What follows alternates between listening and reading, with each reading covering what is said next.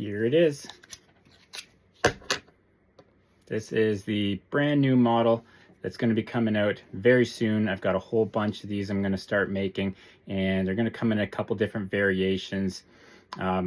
First and foremost, there's going to be a nickel steel. It's like a high carbon steel with some nickel in it, so it's not technically stainless, but it will resist rust, and it's also not going to be real difficult to put an edge back on it, especially in the field. If maybe you've only got like a ceramic rod or whatever, it's going to be real nice and quick and easy to get that thing back to shaving sharp and back to work like we like it.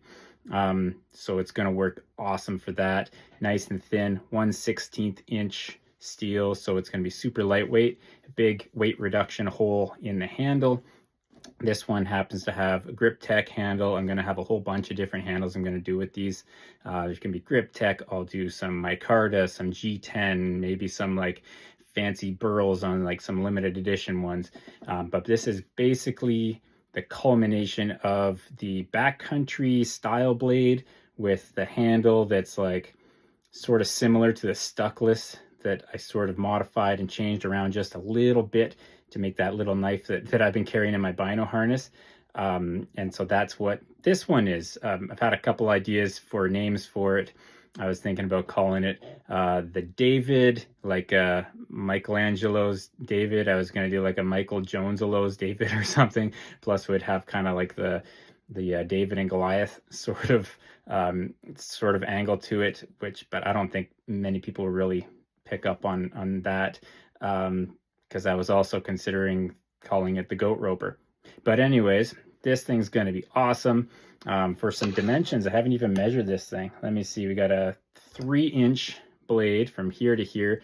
I think I'm going to go, I think the newer ones are going to be like a 1/4 inch longer. I think I'm going to go about like 3 1/4, 3 3/8, and there's going to be some jimping. So right along at the tip there for choking right up, and also some right here for the thumb. Just a little extra grip along that spine. And then an overall, we got about, it's going to be about 7.5 overall total. And then Kydex, nicely fit Kydex sheaths for these things. So there's going to be a bunch of these getting made soon. Keep an eye out if you're interested. And then I'm even going to, shortly after that, I'm going to do some like fully skeletonized handles in a 3/32 steel. So slightly thicker steel, because there's going to be no handle scales on them. So you need something at least to hold on to. So a 3/32 steel, and those ones are going to get fully Cerakoted all over by Red Dot Customs up here in northern BC. So keep an eye out for these. They're going to be really nice, fine. These are not a chopper. These are, you know, not a screwdriver. It's not a pry bar. It's very thin. It's a very fine tip. This thing will break off if you jam it into a joint and try and twist that thing. It's not for that. If you're trying to hack off, you know, through a vertebrae or something, you're going to wreck this. It is a very, very fine, very thin edge. Use it for what it's built for, and it will treat you very well for that. So check this one out. Let me know what you think about the names, and if you're looking for one for yourself or a friend in the future.